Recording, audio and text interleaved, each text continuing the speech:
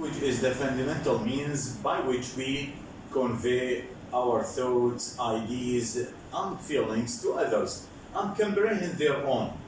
It seeks, among others, to answer the following question: what is the nature of language? Hello again, this is Linguist Shibli from University of Soma and Cambridge Institute for Teaching English.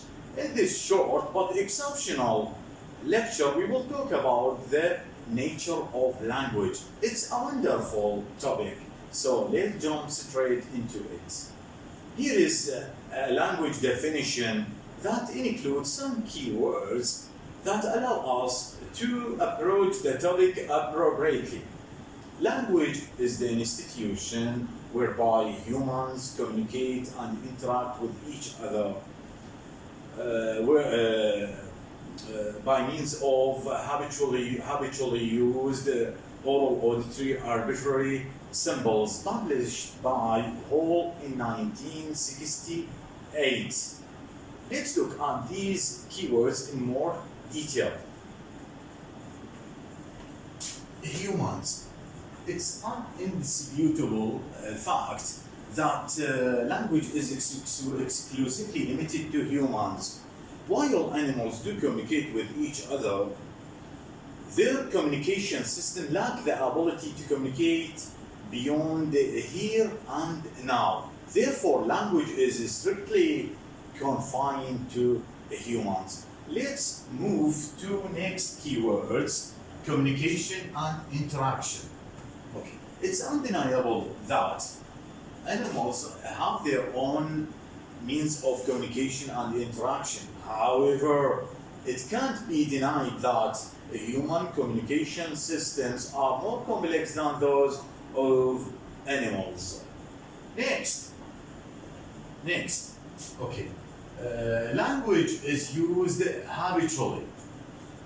People use language everywhere, every day, usually with little cognitive effort. Words and sentences flow out of the mouth in a subconscious, almost automatic way. Or do you normally think about each word you utter? Okay, look at Shibli.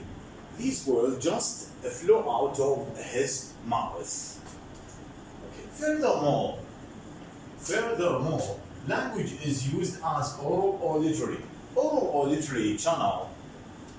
That is communication via the mouth and the ear is the most important mode of human communication, and English has reserved as a special label for its speech.